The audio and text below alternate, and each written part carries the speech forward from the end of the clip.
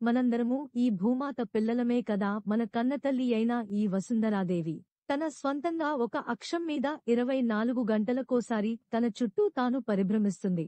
అలాగే 364 రోజులకోసారి సూర్యుని చుట్టూ కూడా తిరిగి వస్తుంది.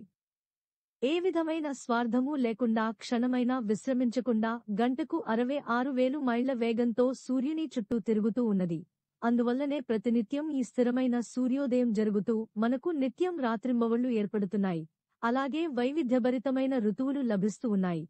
ఋతువులు లేకుండా మన మానవాళిని పోషించే ఆహార పంటలు, ఎన్నో రకాలైన మధురమైన ఫలాలు కూడా మనకు లభించేవి కావు. అందుకే మన భూమాత యొక్క నిరంతర నిస్వార్థ ప్రక్రియలను ఆదర్శంగా చేసుకుని మనము అలానే అనుసరించాలి. విరామమెరుగక శ్రమించాలి. మన సభ్య సమాజాన్ని ఉద్ధరించడానికి పాటుపడాలి. మీరేమంటారు? మీ శ్రేయోభిలాషి soft services A to Z the secret of success అందించే